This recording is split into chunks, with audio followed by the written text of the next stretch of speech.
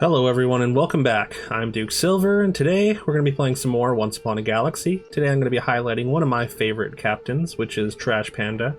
Trash Panda, of course, you get to copy all your level 1 treasures or your common treasures.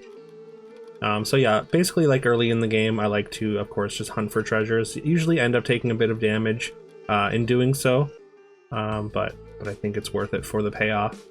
Of course, really conducive to like treasure hoard builds, but I think just like the power of being able to copy the treasures ends up being very good. We took an egg there on turn 2, a little bit greedy. You generally want to take the egg on odd numbered turns, of course, because then when it pops, since it pops in 3 turns, it'll be on an even numbered turn. Or sorry, you want to take it on an even number turn, and then when it pops, it'll be on an odd number turn, which is a shop level up. So that way you're just getting the most efficient transformation. So it'll pop once we get to shop rarity rare, once we get to blue, and it'll become a purple character. But yeah, we just take some pretty basic tempo options early. We're gonna take a bit of damage here, but fortunately opponent does not get to pop their Captain Ahab treasure or Captain Ahab quest. And then on turn 5, we get to flip our egg into a Frankenstein. Really good hit this early. Frankenstein just like so much better the earlier you can get, or you get it, which means we definitely want to lean towards summons now. We get our first treasure on turn 5 here, which is again, we're gonna lean towards summons here with the double elven tools. Just trying to make the most out of our Frankenstein and treasure here. Get a tie there, so we don't get to heal our cracked heart, but that's okay. We're feeling pretty strong at this point. There is a TLK, and Frankenstein does have some stats. Like, it is really nice to scale Frankenstein up, but I think getting a legendary this early with those extra stats is just way too appealing to pass up the TLK. We're gonna pick up the Beanie Baby, I think. Or I considered it. I guess I could just considered it. Like getting 2 extra treasures is nice. It's a little bit low impact. You kind of want to do that in the first few turns, but getting the two-headed wizard recruit ability is, I guess, a little bit more valuable at this stage in the game. Especially since we're not necessarily going for like a treasure hoard build. And yeah, here with these treasures and specifically at common, once again looked at the Beanie Baby. Decided to recruit it just in case we want to take it later on, I guess. And also just it puts another common silver in the shop. So if we can find our way to another doubled common treasure later. Sorry, but I kind of glossed over what I was saying. So yeah, the lesser mimic and like the locked chest at common are the ones that are really powerful if you can double up on the effect. Of course, treasure map is another one, which is again why I really like Trash Panda. I think it's got a couple different ways to be really busted here. We get to heal our cracked heart that we lost last turn. This Titanium works pretty well with Moon Shadow.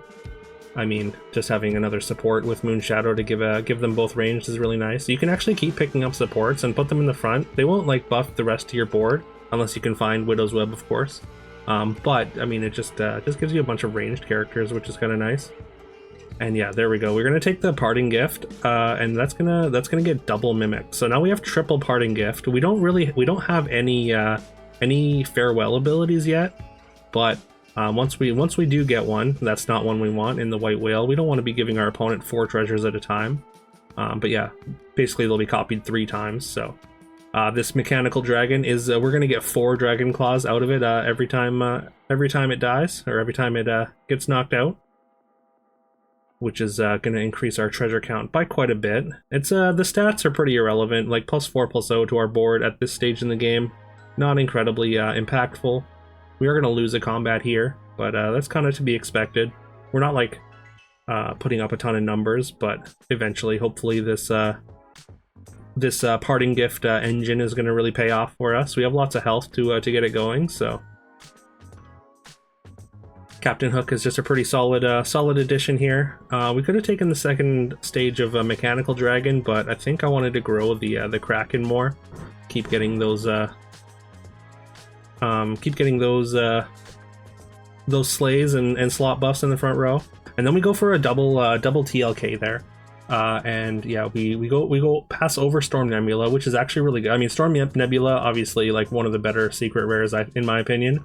But I mean, in this situation, Ghost Armor is actually the perfect hit for us, because that's going to be, of course, a quadrupled Ghost Armor effect. So it's going to give it stats to our characters 4 times.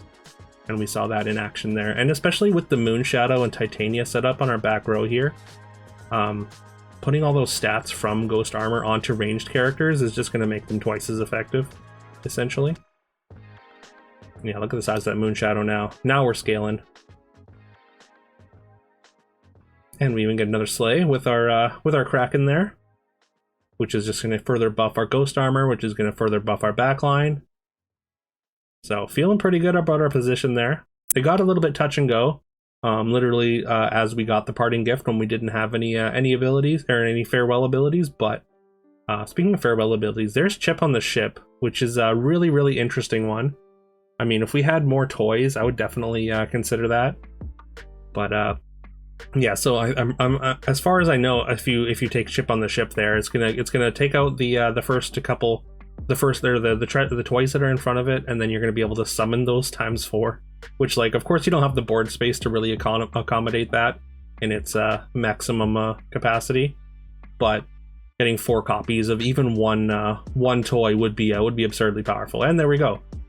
We knock off the lobby in pretty short order after we get our Ghost Armor going. And yeah, there we go.